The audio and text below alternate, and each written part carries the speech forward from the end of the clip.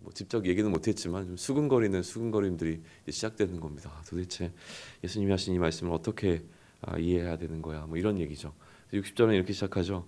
제자 중 여럿이 듣고 말하되 이 말씀은 어렵도다. 누가 들을 수 있느냐 한데.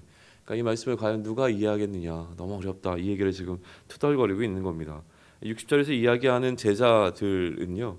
이제 예수님을 따랐던 많은 무리들이 있었죠. 이 무리들은 사실 제자라고 부르기는 어렵습니다. 그 가운데서 정말 예수님을 따르기로 결정하고 좀 쫓았던 사람들, 좀 특별한 사람들이 있었습니다. 그러니까 소위 얘기하면 무리들 가운데서는요, 예수님의 편도 있었고 예수님의 편이 아닌 사람들도 있었습니다.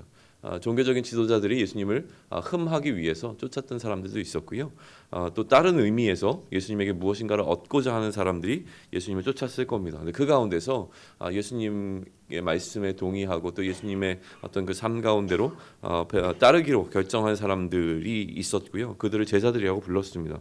특별히 그들 가운데서 예수님이 부르신 자들이 있었는데 그 예수님이 부르신 자들이 12명의 12제자라고 부르는 것이죠.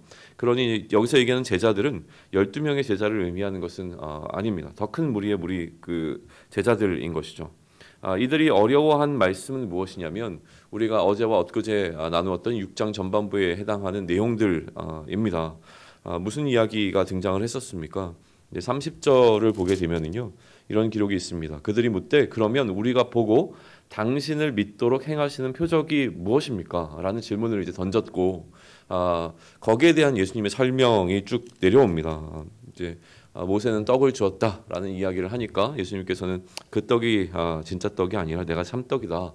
그리고 이 참떡인 나는 하늘로부터 내려오는 너에게 생명을 주는 떡이다라는 이야기를 하시죠. 그러니까 유대인들이 수군거렸고요. 예수님께서는 이제 그 떡인 나를 먹으라라고 얘기하시죠. 내 살을 먹고 내 피를 마시라 이 얘기를 하시는 겁니다. 그리고 이렇게 얘기하신 예수님의 말씀은 급기야 이제 유대인들 사이에서 다툼을 일으키는 또 상황으로 끌고 가게 되어집니다. 이제 그 상황 속에서 오늘 본문으로 넘어오게 되면 단지 유대인들이라고 하는 지난번에 말씀드렸지만 요한복음에서 유대인들은 예수님을 믿지 않는 자들을 통칭해서 유대인이라고 좀 부르게 되어지는데 이 유대인들뿐만이 아니라 좀 누구에게도 수군거림으로 다가옵니까? 예수님을 쫓았던 제자들에게도 수군거림이 되어주고 있는 상황인 겁니다. 61절 우리 같이 한번 읽을까요? 예수께서 스스로 제자들이 이 말씀에 대하여 수군거린 줄 아시고 이르시되 이 말이 너희에게 걸림이 되느냐? 어떻게 안 걸릴 수가 있겠습니까? 무슨 얘기를 하셨다고요? 살과 피를 먹으라라고 하셨습니다. 우리는 십자가의 사건을 이미 알고 있기 때문에 이 말씀이 무엇인지를 우리는 잘 알고 있습니다. 그런데 당시에 예수님께서 보여주시는 예수님께서 자신이 그리스도라는 사실을 보여주시는 최고의 표적이 십자가라고 하는 것을 이해하지 못했던 이 사람들에게 자신의 살과 피를 먹으라고 하는 이 예수님의 말씀은 그들을 혼란스럽게 만들기에 충분했다라고 하는 것이죠. 때로 오늘을 살아가는 우리들에게 있어서 이 십자가의 의미와 성찬의 의미를 제대로 알지 못하는 자들에게는 예수님의 살과 피를 먹어야 돼라는 이야기를 하면 누가 이것을 쉽게 이해할 수 있겠습니까? 그래서 너는 어떻게 먹는데? 라고 하는 궁금증을 유발할 수 있을 만한 이야기라고 하는 것이죠. 그래서 그들 마음 가운데 걸리는 부분이 있는 것을 해결해 주시는 이야기가 시작됩니다. 62절 우리 같이 볼까요? 그러면 너희는 인자가 이전에 있던 곳으로 올라가는 것을 본다면 어떻게 하겠느냐? 자, 이들이 뭘 요구했습니까? 표적을 요구했었습니다. 이 표적을 요구하는 이들이 원하는 방식으로 설명해 나가는 것이죠. 내가 하늘로부터 내려왔는데 다시 하늘로 올라가는 것을 본다면 너희는 어떻게 할 것이냐라고 이제 다시 되물으시는 이유는 무엇이냐면 42절에 이런 내용이 나옵니다. 이르되 이는 요셉의 아들 예수가 아니냐? 그 본문을 우리가 아는데 자기가 지금 어찌하여 하늘에서 내려왔다 하느냐라고 하는 것이죠. 그가 하늘에서 내려왔다라고 하는 것 자체가 표적이 될 수 없다라고 하는 이들에게 그러면 내가 다시 하늘로 올라가는 것을 보이면 어떻겠느냐라는 이야기를 하시는 것이죠. 그리고 결국 예수님께서는 이것을 보여주시는 방식으로 그의 삶을 마무리하고 계시는 것을 우리는 잘 알고 있습니다. 63절 보시면요. 살리는 것은 영이니 육은 무익하니라 내가 너희에게 이른 말은 영이요 생명이라 라고 그 설명을 덧붙이고 계십니다. 무슨 얘기냐면 이제 그들의 생각을 좀 바꿔야 하고 또 생각의 전환과 그들이 이때까지 생각해 왔던 어떤 관념, 철학적인 생각들의 전환이 필요하다는 이야기를 하고 계시는데요. 지금 예수님을 먹고 마시는 것은 어떤 문자적인 접근으로 통해서 육에 관한 이야기를 하는 것이 아니라 영적인 이해가 필요하다는 것을 이야기하는 것이죠. 그리고 제자들의 믿지 않음에 관한 두 말씀을 연이어서 하시는데 중요한 말씀입니다. 64절과 65절을 우리 같이 좀 읽겠습니다. 시작. 그러나 너희 중에 믿지 아니한 자들이 있느니라.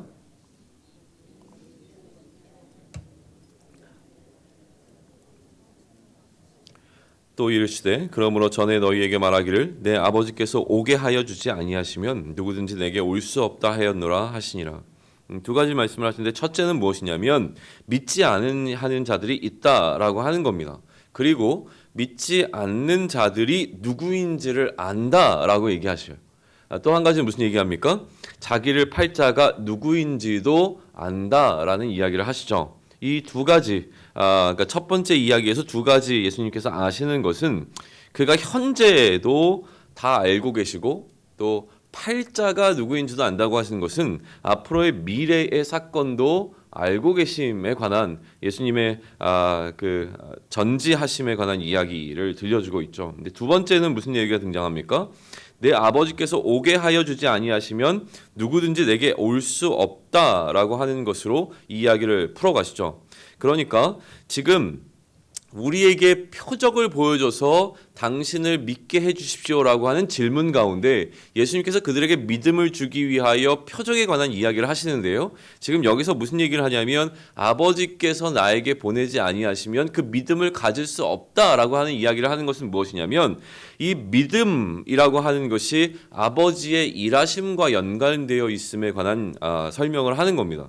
이것이 왜 중요하냐면 믿고 믿지 않고라고 하는 부분에 있어서 이제 결론적으로 설명을 하겠지만 이것이 무엇과 연관되어 있냐면 예수님의 실패가 아니라 이것은 이미 처음부터 아버지의 일하심과 아버지의 계획 가운데 들어있었던 것임을 설명하는 방식으로 이 이야기가 중간에 삽입되어져 있는 겁니다. 이게 결론 부분에 가서 어떤 영향력을 발휘하는지는 조금 이따 살펴보기로 하고요. 이 말씀, 이 설명 64절과 65절에 관한 이 이야기를 하고 난 다음에 어떠한 결과가 왔는지를 우리가 보면 좋을 것 같아요. 그 결과가 바로 66절이라고 하는 건데요. 같이 한번 읽겠습니다. 시작. 그때부터 그의 제자 중에서 많은 사람이 떠나가고 다시 그와 함께 다니지 아니하더라. 64절과 65절은 우리에게 굉장히 은혜가 되는 말씀인 것이 분명합니다. 무슨 이야기가 나와 있기 때문이에요? 예수님께서는 모든 것을 알고 계시고 그리고 하나님께서 이것을 다 계획하셨다는 이야기 속에 우리는 아멘이라고 반응할 수밖에 없는데 그 현장에 있었던 사람들은 어떻게 해요? 이 얘기를 듣는 순간 더 이상 예수님을 따르지 않기로 결정하는 말씀이 되어진 것에 대해서 우리는 좀 주목해 볼 필요가 있다라고 하는 겁니다. 예수님께서는 진리의 말씀을 하셨는데 왜 떠나느냐는 거죠. 왜 떠나냐면 도저히 64절과 65절을 통해서 이 앞에 설명했던 모든 내용들이 이해되어지지 않고 오히려 더 복잡해졌기 때문입니다. 뭐냐면 말씀은 더 풀어지는 것이 아니라 어려운 방식으로 가고 있다라고 하는 것이죠. 그러면 말씀이 왜 어렵게 느껴지느냐에 대해서 우리는 좀 생각해 볼 필요가 있습니다. 어쩌면 우리에게는 굉장히 쉬워 보이는 이 말씀일 수 있어요. 근데 왜 당시에 있었던 사람들에게는 이것이 어려웠는가라고 하는 것이냐면요. 그 마음에 전제가 있었기 때문입니다. 아주 단순합니다. 그 마음의 전제는 무엇이냐면 어떻게 사람의 살과 피를 먹을 수 있겠는가라고 하는 것에 대해서 이들은 받아들일 수가 없었던 것이죠. 예수님의 살과 피를 먹는 방식에 대한 이해가 우리가 지금 알고 있는 생각과는 달랐습니다. 우리는 지금 예수님의 살과 피를 먹으라라고 하게 되면 가장 먼저 무엇을 떠오르십니까? 성찬을 떠올리십니다. 실제로 예수님의 살을 뜯어먹고 피를 마시는 방식이 아니라 예수님의 살과 피를 먹는 것에 있어서 우리가 떠올리는 것은 무엇이냐면 성찬이라고 하는 것이죠. 근데 아직 요한복음의 흐름상 또 예수님의 삶의 그 공생의 흐름상 지금 뭐가 등장하지 않았냐면 예수님께서 성찬을 제정하시는 그 일이 아직 이루어지지 않았습니다. 그러니 이들에게는 예수님의 살과 피를 먹는다는 것이 어떤 의미인지에 대한 설명이 아직 완전하게 이루어지지 않은 상황이었다고 하는 것이죠. 성찬은 무엇을 의미합니까? 예수님의 살과 피를 먹는 이 예식은 뭘 예표하고 있습니까? 예수님의 죽으심과 부활하심을 기념하는 것이라고 예수님께서 말씀하셨고 예수님께서 그렇게 제정하신 것입니다.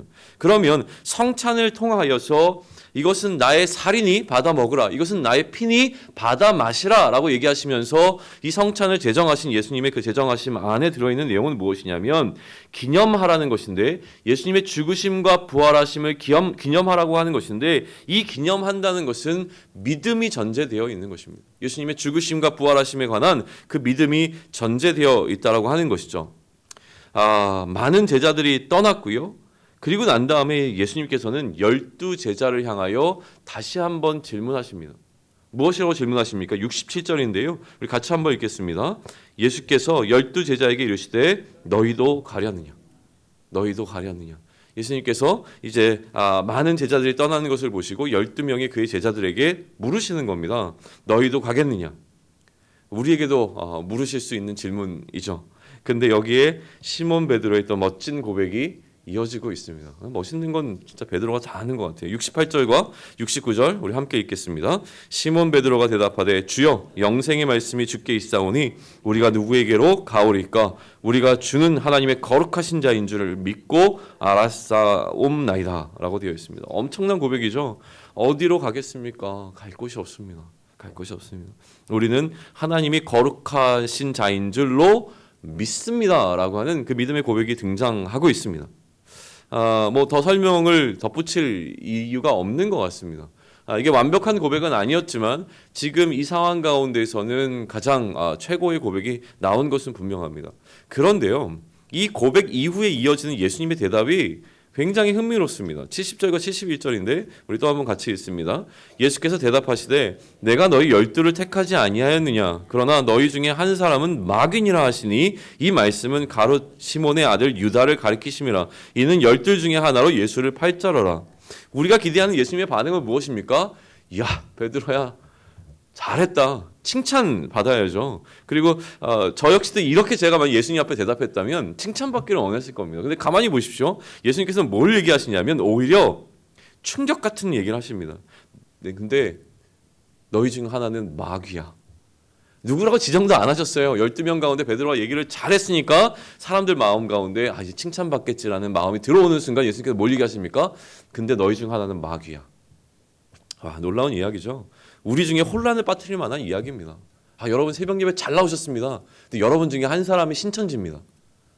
막 저 보는 거죠. 누가 신천지야? 근데 저는 알고 있어요. 막 이렇게 얘기하는 거죠 지금. 그러니까 그런 상황이라는 거예요. 굉장히 지금 신앙적으로 고백을 잘 했는데 예수님께서는 충격 같은 말씀을 하시는 거죠. 그중 하나는 마귀야라고 얘기해요. 그냥 이런 질문이 떠오르는 거예요. 왜 그럼 이 말씀을 하시는가? 왜 이 타임인가? 이 흐름 가운데서 예수님께서는 왜 이 말씀을 하시고 있는가라는 것이 저에게는 고민이었습니다. 표적을 이야기해도 믿지 않는 사람들이 있음에 관한 이야기로 지금 흐름은 쭉 이뤄왔습니다. 지금 요한복음의 독자들 가운데서는요, 이미 예수님께서 십자가의 사건을 통하여서 무엇인가를 이루고 난 이후에 존재하는 사람들에게 쓰여진 책이라고 하는 겁니다. 그러니 이 요한복음을 대하는 독자들 가운데는요, 여러 가지 마음속에 예수님의 십자가의 사건을 표적으로 받아들일 수 없는 사람들이 있었던 것이 분명합니다. 예수님께서 우리에게 행하신 수많은 일들을 예수께서 그리스도라고 하는 표적으로 받아들일 수 없었던 사람들이 그 당대에 굉장히 많았을 것이 분명하고, 그것을 받아들이지 못하니까 믿음이 생기지 않았던 상황 가운데 예수님께서 이루신 결과에 믿지 못하도록 자신들의 논리와 이론을 쌓아가고 있는 어떤 사람들이 있었을 것이고, 그들에 대해서 요한은 설명을 해내야 됐던 것이 분명합니다. 그래서 요한복음의 독자들에게 왜 예수님께서 십자가에 달리셨어야만 하는가를 지금 설명을 하고 있는 것이죠. 십자가의 죽음이 아니라 다른 방식으로 예수님께서는 자신이 그리스도이심을 나타낼 수는 없었겠는가에 대한 질문에 답하고 있다고 지금 보여지는 것이죠. 그리고 예수님께서 그리스도시라면 당하지 않았어야만 하는 어떠한 일에 대해서 많은 사람들은 질문을 했을 것이고, 거기에 대해서 요한은 답변할 책임을 느꼈던 것으로 보인다라고 하는 겁니다. 무슨 얘기냐면 예수님께서 그렇게 12명의 제자를 3년 동안이나 훈련시켰는데 왜 그 가운데서 한 명의 제자가 예수님을 배신하고 배반했는가라고 하는 것은 예수님에게 있어서 가장 큰 약점처럼 보인다고 하는 것이에요. 그렇게 가까이서 모셨던 사람이 예수님을 믿지 못하고 배신하였다면 우리도 예수님을 믿을 수 없는 거 아니야? 라고 하는 질문들이 일어날 때에 지금 거기에 대한 답변으로서 오늘 이 이야기가 등장한다라고 저는 봅니다. 수군거림의 요한은 소름 끼치는 진실을 전하고 있는 거예요. 그게 바로 70절과 71절이라고 하는 겁니다. 사람들은 수군거렸습니다. 가룟 유다 이 얘기를 막 수군거렸을 거 아닙니까? 거기에 대해서 지금 소름 끼치는 진실을 전하고 있는 거예요. 다시 한번 보셔요. 무슨 이야기가 등장합니까? 가룟 유다는요, 예수님의 선택이었다고 하는 겁니다. 예수님께서는 이미 가룟 유다가 자신을 배반할 것을 알고 있었지만 예수님께서 뭐라고 했습니까? 내가 선택했다라고 이야기하시는 겁니다. 내가 선택한 자 가운데서 한 사람이 나를 어떻게 하다 보니까 배신한 것이 아니라 내가 너희 12를 택하였는데 그중 한 사람은 나를 팔자인 것을 내가 이미 알고 있었지만 선택했다라고 하는 이야기를 하시는 것이 소름 끼치는 진실이라고 하는 것입니다. 무슨 이야기를 합니까? 현상적인 실패가 그리스도의 실패가 아님을 이야기합니다. 이 모든 것은 어디에 있음을 이야기합니까? 하나님의 철저한 통제 안에 있었음을 우리에게 보여주고 있는 것이죠. 우리의 삶에서요, 이것을 깨닫는 것이 복음입니다. 모든 것이 하나님의 컨트롤 안에 있음을 아는 것이 복음이라고 하는 것이죠. 하나님께서 어떻게 우리의 모든 것을 컨트롤하고 계십니까? 예수를 그리스도로 세우심으로 하나님께서 모든 것을 그의 손 안에서 컨트롤하고 있음을 보여주고 계시는 것이죠. 예수님이 우리의 왕 되심으로, 예수님이 우리의 왕 되신다는 그 사실을 우리에게 알려줌으로, 예수님이 우리의 왕이 되었다는 사실을 전하시는 것이 우리에게 복음으로 들어오게 하심으로 말미암아 우리에게 하나님께서 모든 것을 다스리고 계심을 알려주십니다.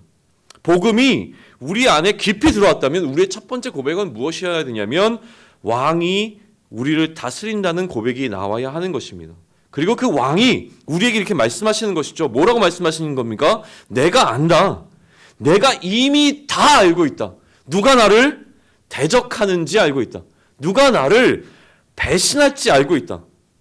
나는 모든 것을 알고 있는 자이고 내가 모든 것을 컨트롤하고 있다라고 하는 이야기를 들을 때에 이것이 누군가에게는 두려운 말씀으로 다가올 수 있습니다. 그런데 이것이 한편으로 누군가에게는 굉장한 위안이 되는 말씀으로 다가올 수 있는 이중적인 말씀이라고 하는 것을 우리는 인정해야 된다는 것이죠. 우리는 오늘 이 말씀 앞에 서야 하는 겁니다. 너희도 이해되지 않으니 떠나겠느냐고 예수님께서는 묻고 계십니다. 하나님, 나의 이 상황이, 내가 놓여있는 삶의 정황이 이해되지 않습니다. 날마다 우리가 하는 이야기가 이거 아닙니까? 너무 어렵습니다. 왜 나의 삶 가운데 이러한 삶의 정황들이 오는지 정말 도저히 이해되지 않습니다. 하나님께서 왜 나에게 말씀을 통하여 이것을 요구하시는지 나는 이해가 되지 않습니다. 그래서 떠나겠느냐라고 묻고 계신다라고 하는 것이죠. 우리의 삶은 이해되지 않는 것으로 가득 차 있습니다. 그래서 묻습니다. 그래서 떠나겠느냐? 여기에 대한 우리의 대답은 무엇입니까? 아닙니다. 내 생명의 문제가 주께 있는데 우리가 어디로 떠나겠습니까? 이 고백이요, 우리의 고백이 되어야 하는 것입니다. 나의 생명의 문제가 그리스도와 함께 하나님 안에 안전하게 보관되어져 있는데 우리가 도대체 어디로 가겠습니까? 라고 하는 것이 우리의 삶의 진정한 고백이 되어야 한다는 것이죠. 그때 예수님께서 70절과 71절을 우리에게 주십니다. 뭐라고 얘기하십니까? 걱정하지 마. 걱정하지 마. 이미 내가 다 알고 있어. 예수님, 누가 우리를 해하려고 하고 우리를 힘들게 하는데요. 걱정하지 마. 내가 다 알고 있어. 이미 모든 것은 내 컨트롤 안에 있어. 그러니까 걱정하지 마. 이게 가룟 유다에 대한 예수님의 설명인 것입니다. 이 마음으로 오늘을 살아내길 소망합니다. 예수님께서 모든 것을 알고 계시고 심지어 우리가 불의하고 불합리하다고 느껴지는 모든 상황까지도 예수님의 손 안에서, 그리스도 되신 예수님의 손 안에서 왕 되신 예수님께서 나의 모든 삶을 완전히 통치하심으로 말미암아 우리의 생명의 문제를 안전하게 보관하고 있다는 그 신뢰함 가운데 오늘을 살아내는 것, 그래서 이것이 우리에게 실제가 되어지는, 다시 얘기하면 복음이 실제가 되어지는 그 삶을 살아내길 소망합니다. 복음으로 오늘을 살아내고 복음으로 오늘의 삶 가운데 승리하는 우리 모두가 되기를 소망합니다. 기도하겠습니다. 하나님, 정말 이해될 수 없는 수많은 삶의 상황들이 오늘도 우리를 어렵게 합니다. 이해할 수 없고 받아들이기 힘들고 또 우리 앞에 놓여있는 말씀에 순종하기 어렵고 하나님께서 도대체 나에게 왜 이 말씀을 하시는지 이해할 수 없는 상황 가운데 그러면 우리는 어디로 향해야 되겠습니까? 우리가 예수님을 떠나지 않기를 원합니다. 예수님을 떠나야 우리가 의지하고 신뢰할 만한 그 어떤 것들조차 나아가는 방식이 아니라 끝까지 예수님께서는 모든 것을 아시고 예수님께서 모든 상황을 통치하시는 나의 그리스도 되시며 나의 왕 되신다고 하는 그 사실을 통하여 예수님의 왕 되시는 그 사실이 오늘의 우리 삶 가운데서 실제가 되게 하시고 예수님께서 우리의 왕 되심으로 말미암아 우리가 다른 그 어떤 것을조차 우리에게 안정감을 두고 신뢰를 주고자 하는 그러므로 말미암아 우리를 미혹하는 어떤 것에 우리의 마음을 빼앗기지 아니하고 예수 그리스도에게만 우리의 마음을 집중하는 그러므로 말미암아 이 복음이 우리에게 실제가 되어지는 삶을 살아낼 수 있도록 하나님 우리를 도우시길 원합니다. 오늘 우리가 함께 나눈 이 말씀과 함께 묵상해 나갈 오늘의 이 말씀이 오늘 우리가 살아가는 매 순간마다 우리의 마음을 깨우쳐 주시고 우리가 다른 것을 붙잡으려고 할 때마다 하나님 우리에게 도전하여 주셔서 우리의 모든 것을 알고 계시고 이 모든 것을 통치하시는 그 하나님께만 우리의 전 삶을 올려드리고 모든 것을 내어 맡길 수 있는 한 날 될 수 있게 하나님 허락하여 주시옵소서. 이 모든 말씀 우리 주 예수 그리스도 이름으로 기도드렸습니다. 아멘.